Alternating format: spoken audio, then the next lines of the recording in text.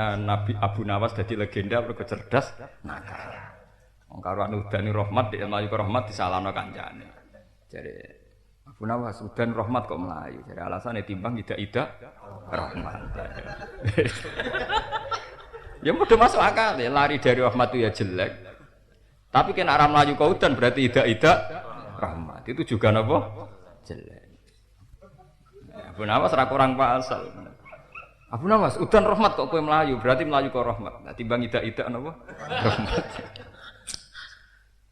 Niku maksud kula nu gadah kitab asline tek Abu Nuwas, terus bahasa Arab. Dia memang legenda kecerdasannya. Dia itu orang soleh. Dia itu penyair soleh yang melegenda. Jadi dia keceluk wali itu gara-garanya sederhana. Jadi Harun Rasyid itu seorang raja yang soleh. Sebuah piye ceritane walhasil dia mlaku-mlaku ning kerajaan ngertos sebagian amat napa jariah niku pas atus. Dulu kan enggak ada jeding tertutup kayak sekarang. Wah, terus ning gawan napa niku beliau roh itu seneng. Padahal delok kok guridak mbok ketok rambute mbok apane kok. Yang jelas itu seneng. Ape zina rawani karena dia orang napa? Soleh. Tapi lali ra iso, repot to. Zina rawani lali gak iso, repot. Akhirnya untuk melupakan itu dia memanggil penyair-penyair yang di depan pintu istana. Pokoknya dia ndak zina tapi lali. Aku pokoknya ceritani sing mari iso turu. Terus kabeh penyair itu cerita sing aneh-aneh. Jebule jam 11. Wah, goblok kowe jebule cerita masik kamu malah ra turu. Ana penyair neh diundang cerita. Jebule raja malah nganti jam 2 ra iso turu. Mergo asik. Ceritanya saking asiknya. Bareng Abu Nawas diundang cerita. Wonten semut raja. Semut iku penasaran kepen ro jerone kuping. Bareng mlebu badheken. Wah, jebule ra enak metu meneh. Metu penasaran ning jerone kuping ana bom mlebu meneh. Bareng mlebu gak nyaman metu meneh. Bolak-balik. Sesuai rajane. Wes Mas Mas mantuk cerita ora karo-karo.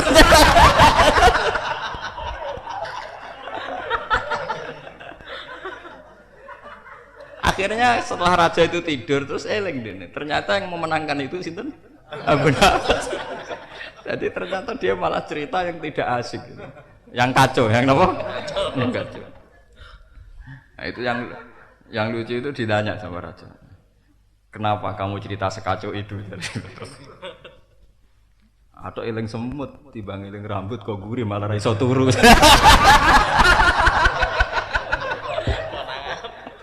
Lah itu terus Harun Rasyid bilang, hal nakop tadi, apa kowe nginceng aku? Enggak, aku mboten nginceng.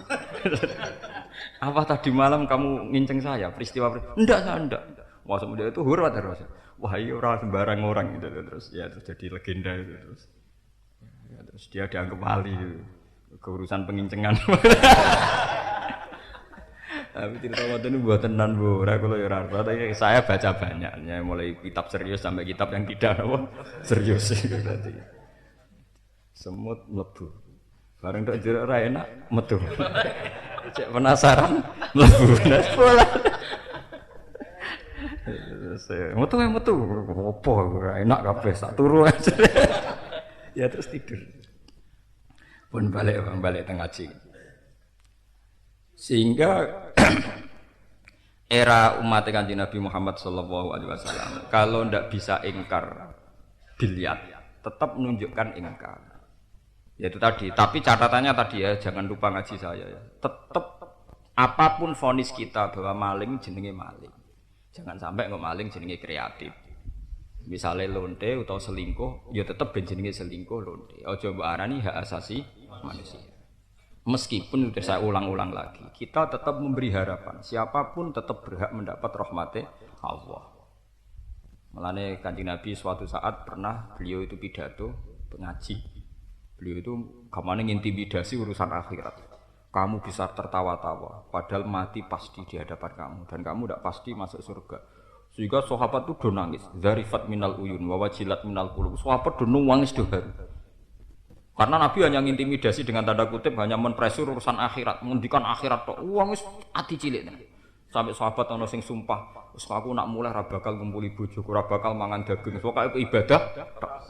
Tapi ketika Nabi masuk ruangan, itu ada Jibril. Terus kata Jibril, ya Muhammad, saya diutus Allah, 5 datukon itu ibadi. Kenapa kamu bikin hamba-hambaku putus asa? Terus Nabi keluar lagi senyum-senyum, merapati intimidasi. Sahabat-sahabat gawok. Tadi se-ekstrim itu, sekarang kok lucu. Nah, sampean kalau nggak percaya ini lihat di Ihya di Kitabur Roja. Terus Nabi ngendikan bikin satu kaidah. Bikin satu apa? Kaidah. Kaidah seorang ulama, seorang dai, seorang mursyid. Dan kaidah ini berlaku ila yaumil qiyamah. Niki rungokno tenan iki.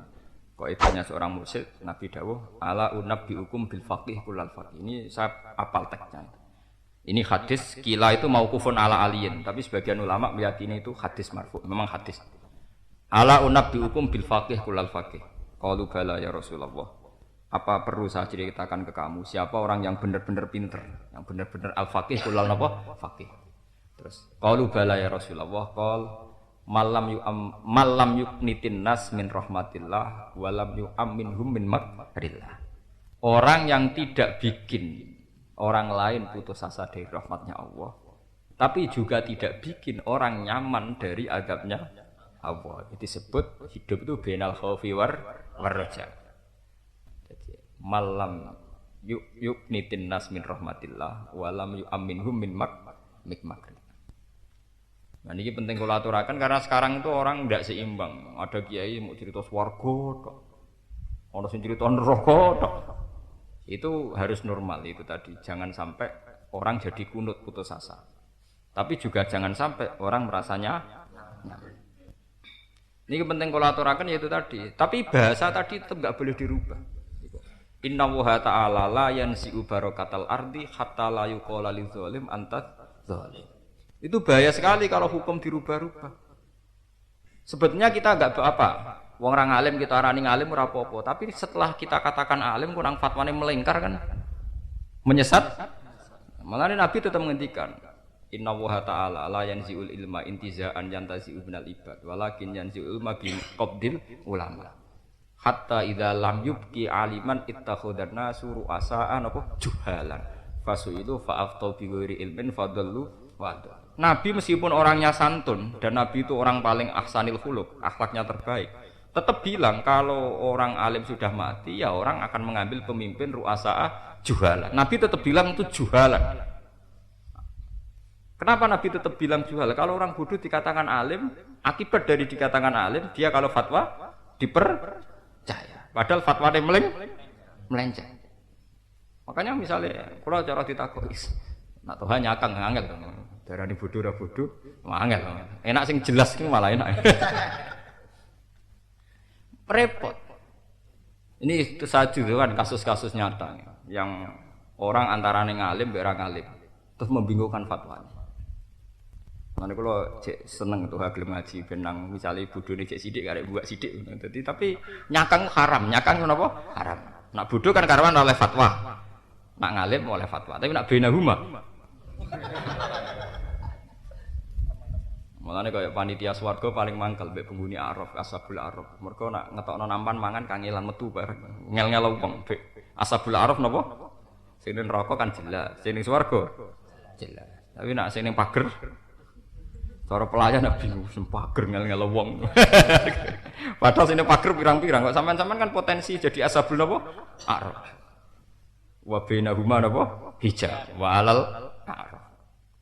Nah, itu misalnya ngeten, fatwa sing membingungkan, sing mirip-mirip misalnya ngeten. Ini yang kejadian nyata. Sayyidina Ali sama Sayyidina Umar Abu Bakar itu menghadapi satu masalah. Ono wong bar dipegat bojone, dipegat-gat nih. Terus dia setelah 10 hari, kila 15 dino melahirkan. Sebelum ada fikih yang sekarang, sebelum ada fikih. Sampean sekarang fikih itu kan tomo mateng. Tompo mateng dari istimbatnya Imam Syafi'i yang dok sampean lewat kitab takrib macam-macam. Kata Sayyidina Ali itu tak tatu bi'ab adil ajal. Dia harus iddah dengan ajal terpanjang. Begitu juga masalah mutawafan anha zawjuha yang ditinggal mati suaminya. Misalnya walladzina yutawaffawna minkum wa yadharuna azwaja yatarabbasna bi anfusina arba'ata asyhurin wa asyra. Berarti setiap perempuan sing ditinggal mati sing lanang iddahe pinten 4 wulan 10 dino. Nah, setelah hanya 15 hari, ternyata anak ini melahirkan. Napa? Abu Bakar darani Umar, ya wis idah entek. Mereka anggap bae wong wedok iki mlebu ayat wa ulatul ahmali ajaluhunna ayyaduna napa hamlahu. Sing cara Umar Abu Bakar mlebu ayat orang yang hamil ya batas iddahnya setelah melahir. Tapi cara Sidina Ali piye wae shariful ayat tentang mutafan ahna zaujuha yang ditinggal mati 4 bulan 10 hari. Lah untungnya kita ini anut Imam Syafi'i sing akhudha biqauli Abi Bakrin wa Umar. Nggih akhudha biqauli Abi Bakrin wa Umar. Niki penting kula aturaken. Jadi kita sekarang yang sekarang ini kan wis tampa mateng. Pokoke angger mateng idahe nglairno. Cek iku mutallaqat cek napa? Mutafanah napa? Zauju. Jadi dulu itu membingungkan. Begitu juga masalah zakat profesi khodrowat itu dulu membingungkan. Untungnya alhamdulillah teng Indonesia itu banyak ulama, banyak kiai yang sangat baik. Dalam hal ini tidak sekedar baik, sangat baik. Menerima konsep besar Yusuf Qaradawi, terus mereka menerima zakat profesi.